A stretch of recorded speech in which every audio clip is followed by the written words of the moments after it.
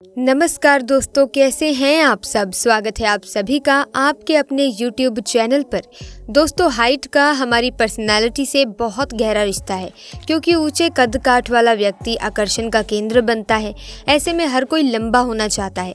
यदि उसकी लंबाई कम है तो लोग अपने बच्चों की लंबाई बढ़ाने के लिए तरह तरह के टॉनिक वगैरह देते हैं। हर देश में आदमी की लंबाई का औसत भिन्न भिन्न है, लेकिन कुछ लोगों को उम्मीद से ज़्यादा लंबाई कुदरत की देन के रूप में मिल जाती है। संसार में ऐसे बहुत सारे लोग हुए हैं जिनकी लंबाई आम इंसानों की अधिकतम लंबाई से भी कहीं ज़्यादा है। हालांकि ये सोचना थोड़ा कठिन है कि प्राचीन काल में लोग 20 से 22 फीट के होते थे। पौराणिक कथाओं में ऐसे विशालकाय मानवों का जिक्र जरूर है। हिंदू पौराणिक ग्रंथों में दानव और राक्षस लोग विशालकाय हुआ करते थे। ताड़का, कुंभकर्ण, बकासुर, घटोत्कच आदि अनेक के नाम पुराणों में मिलते हैं जो कि विशालकाय थे। हिंदू पुराणों के अनुसार विशालकाय लंबे चौड़े राक्षसों जैसे मानव पहले धरती पर रहते थे। इन पौराणिक कथाओं में से अगर हम बात करें महाभारत और रामायण के योद्धाओं की हाइट की, तो उनकी हाइट आज के लोगों की हाइट से अधिक होगी। ऐसे में हमने महाभारत और रामायण के बारे में कई कथाएं सुनी हैं, कई तथ्य सुने हैं। इन दोनों ग्रंथों में योद्धाओं के बहादुरी के किस्से, त्याग, समर्पण, इन सब के बारे में देखा और सुना है। लेकिन आज की इस वीडियो में हम जानेंगे कि महाभारत और रामायण के इन खास योद्धाओं की आखिर लंबाई कितनी थी और इन सभी शक्तिशाली योद्धाओं में किसकी हाइट सबसे ज्यादा लंबी थी। तो चलिए जानते हैं दोस्तों। ऐसे में हम आपसे यही कहना चाहते हैं कि इस वीडियो को बिना स्किप किए आखिर तक जरूर देखिएगा। दोस्तों, हमारे प्राचीन शास्त्रों में 4 युगों का वर्णन मिलता है: सतयुग, त्रेता युग, द्वापर युग और कलयुग। ऐसा माना जाता है कि सतयुग 16,28,000 वर्षों तक का था, जिसमें से एक सामान्य व्यक्ति 1 लाख साल तक जी सकता था और अपनी इच्छा के अनुसार मर भी सकता था। वहीं त्रेता युग 12,56,000 वर्ष का था, जहां लोगों की उम्र 10,000 वर्ष की होती थी। वहीं द्वापर युग 8 लाख वर्षों का था, जहां पर लोग 1000 साल तक ही जिया करते थे। इस प्रकार शास्त्रों के अनुसार हम जिस युग में जी रहे हैं, यानी कलयुग की अवधि 4,32,000 वर्ष की है और इस युग में लोगों का 100 साल भी जी पाना मुश्किल होता है।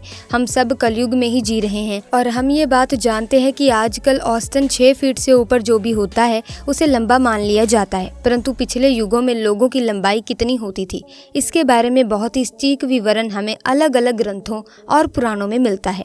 माना जाता है कि सतयुग में लोगों की लंबाई 32 फीट तक हो सकती थी, तो वहीं त्रेता युग में लंबाई 21 फीट तक हो सकती थी।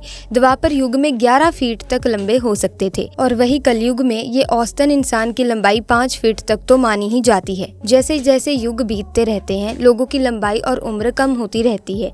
इसीलिए आज की इस वीडियो में हम बात करने वाले हैं रामायण और महाभारत के शक्तिशाली योद्धाओं की हाइट के बारे में, यानी कि उनकी लंबाई कितनी थी। हमारे प्राचीन ग्रंथों के अनुसार रामायण और महाभारत काल के योद्धाओं की लंबाई आज से कई गुना ज्यादा थी।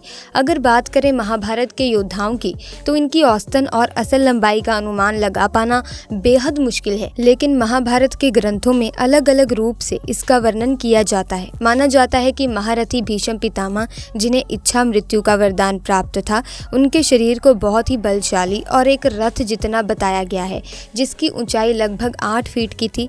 जिस हिसाब से उनकी लंबाई को 7 फीट 9 इंच माना जा सकता है। वहीं कुल गुरु कृपाचार्य की लंबाई 7 फीट के करीब थी। गुरु द्रोणाचार्य शरीर और ज्ञान के बल को कृपाचार्य जितना ही बताया गया है, जिस अनुमान से उनकी भी लंबाई 7 फीट रही होगी। और उनके शिष्य और श्रेष्ठ धनुर्धरी अर्जुन 7 फीट 2 इंच के थे। वहीं पांडवों में सबसे बड़े युधिष्ठिर की भी लंबाई 7 फीट 2 इंच की थी, जबकि नकुल और सहदेव को 7 फीट का दर्शाया गया है। ये बात तो हम सब जानते हैं कि भीम में 10,000 हाथियों का बल था, परंतु क्या आप जानते हैं कि महाबली भीम की लंबाई कितनी थी? ग्रंथों के अनुसार गदाधारी भीम की लंबाई 8 फीट 5 इंच से भी अधिक की थी। कहते हैं कि भीम के गदा का वजन 10 हाथियों के बराबर था और उनका बलिष्ठ शरीर इतना विशाल था कि रथ भी उनके सामने छोटा प्रतीत होता था। वहीं महाभारत के मुख्य खलनायक दुर्योधन की लंबाई भी भीम जितनी ही बलिष्ठ थी, वो भी 8 फीट 5 इंच के थे। वहीं सूर्यपुत्र कर्ण को वेदव्यास ने महाभारत में एक युवा योद्धा के तौर पर प्रस्तुत किया है, जो बेहद ही ताकतवर और शरीर से भगवान श्री कृष्ण जैसे ही बलवान थे। उनकी लंबाई 7 फीट 2 इंच थी और ऐसे में भगवान श्री कृष्ण की लंबाई भी 7 फीट 2 इंच के करीब मानी जाती है। दोस्तों ये तो बात रही महाभारत काल के योद्धाओं की लंबाई की। अब हम बात करेंगे रामायण काल के मुख्य पात्रों की लंबाई के बारे में, और जिसे सुनकर आप बेहद ही चौंक उठेंगे, क्योंकि रामायण काल महाभारत काल से भी पुराना था और तब के लोग महाभारत काल के लोगों से भी अधिक लंबा हुआ करते थे। माना जाता है कि रामायण का मुख्य खलनायक और राक्षसों का राजा रावण 18 फीट लंबा था। पौराणिक विशेषज्ञों के अनुसार कई ऐसे सबूत मिले हैं जिनकी बुनियाद पर रावण की असल लंबाई का पता लगाया जा सकता है। वहीं इस बात की पुष्टि खुद श्रीलंका के कुछ साइंटिस्ट भी करते हैं। अब आप सोच रहे होंगे कि अगर रावण की लंबाई इतनी है तो कुंभकर्ण कितना लंबा होगा। रामायण में वर्णित है कि कुंभकर्ण सबसे विशालकाय राक्षस था। उसको लड़ने के लिए किसी भी सेना की जरूरत नहीं पड़ती थी। उसने अकेले ही जाकर पूरी वानर सेना में खलबली मचा दी थी। उस पर सारे अस्त्रों और शस्त्रों के वार असफल होते जा रहे थे। वो वानरों को अपने पैरों तले कुचल देता था। बड़े से बड़ा पर्वत और चट्टान तो उसके सामने पत्थर जितने लगते थे। उस पर चलाए गए बाण बिल्कुल छोटी सी सुई की भांति ही लगते थे। शायद आप इस बात को जानकर आप चौंक भी जाएंगे कि इस विशालकाय दानव कुंभकर्ण की लंबाई दरअसल 60 फीट से भी ज्यादा थी। माना जाता है कि वो अकेला ही कई राक्षसों को खाया करता था। परंतु बात यहीं खत्म नहीं होती। दरअसल इसका भी सटीक अनुमान नहीं लगाया जा सका कि कुंभकर्ण की हाइट कितनी यानी उसकी लंबाई कितनी थी। कोई कहता है कि 60 फीट तो कोई कहता है 120 फीट की। खैर ये तो रही कुंभकर्ण की लंबाई की बात। अब हम बात करेंगे कुंभकर्ण के भतीजे और रावण के बेटे मेघनाद के बारे में।